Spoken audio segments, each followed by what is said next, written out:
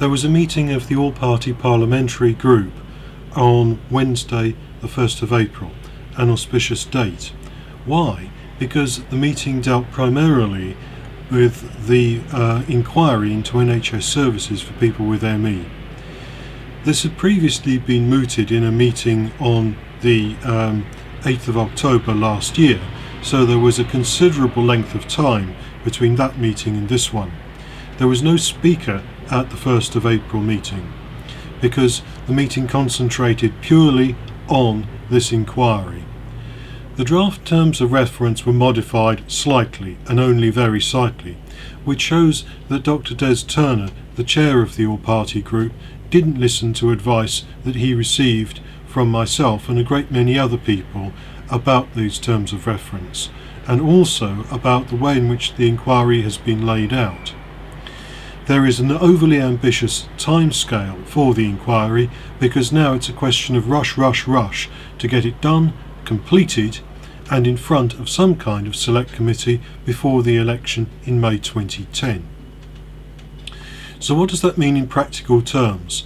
It means that, hopefully, according to Dr. Turner, that Lord Darcy's office will be involved, presumably, and it is they who will be making inquiries of regional health authorities and primary care trusts to find out what provision there is in terms of services for people with ME.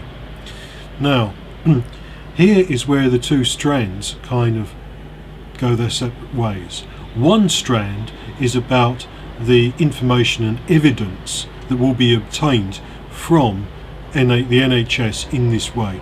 The other strand is the evidence that would be obtained from other people, and that is from patients, from carers, and from various groups, organisations and representatives, experts in the field, and so on.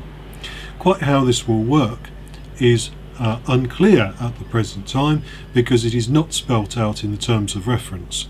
The terms of reference are not particularly detailed. However, one of the things that is being done at the moment, or shortly will be done, is a website is going to be put up, and then we might learn a little bit more about how this is supposed to work. The next thing is that in terms of the questions that Lord Darcy's office is to ask of the regional health authorities and of the PCTs, that there is an opportunity to contribute to this list of questions, whatever it may be. However, the terms of reference are rather vague and they don't give you an insight into the level of detail required in order to put forward or propose any questions of this nature. And this is just one of the many Achilles heels of this particular inquiry. It seems to me that maybe the reason why none of this was considered between the 8th of October and the 1st of April was because the matter was considered by the ME charities in detail at a meeting of this Forward ME group on the 18th, I think, of November last year.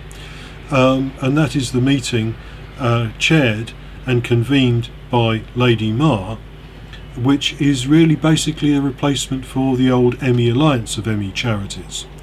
The point about this is that I think it's operating as a caucus group and it isn't transparent and it is pretty opaque because they are using this as a discussion forum to arrange these questions and various other things between themselves, and they are shutting out ordinary members of the ME community. That shouldn't be allowed to happen because we are all entitled to have our say. So I think what happened on the 1st of April was merely an endorsing and rubber stamping of decisions that had been made effectively in another place, and that's why the timescales are so contracted and why they don't see a problem with them.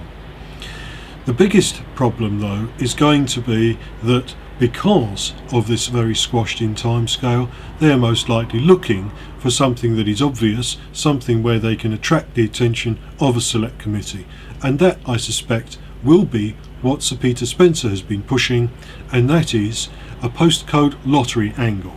That is that many ME sufferers do not have a clinic, these so-called ME clinics, which are about chronic fatigue, not ME, but most patients don't have access to them. Because the thing is, either you've got a clinic or you haven't. Either you've got a PCT, which will send you to one of those clinics assuming you want to go, or you don't.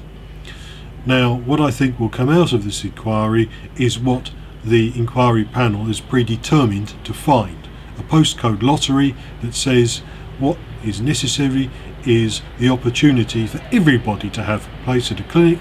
Everybody must have CBT and GET. They are all set to ignore the voices that, like myself and a great many others, that are telling them no, there is a quality issue here.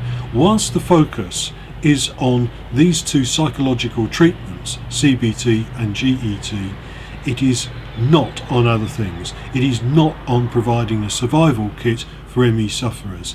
It is not about supporting people with benefit claims. It is not about supporting people with social services, because it is concentrating on trying to produce a rehabilitative cure for ME that simply does not work, because it is about CBT. And what's that about? Challenging people's illness behaviours, challenging people's illness models, challenging people's idea about their illness. When you do that, you are trying to actually convince people through a sergeant majoring technique that they have got it wrong. You are not supporting them. What we need are proper ME clinics that will support ME patients and ME carers. It's as simple as that. I don't think this inquiry will want to look at any of these quality issues, and that is why I think this whole thing is a sham, and I don't think it should be supported, although I am going to make a couple of contributions into the process in order to limit the damage. But I really do think that this inquiry is far worse than the Gibson inquiry, and they are simply not prepared to listen to the voices, some of which were expressed yesterday about the timescale, and even a member of Parliament, I'm told, said that if they went ahead in the way that they wanted to, that the ME patient community wouldn't support the inquiry.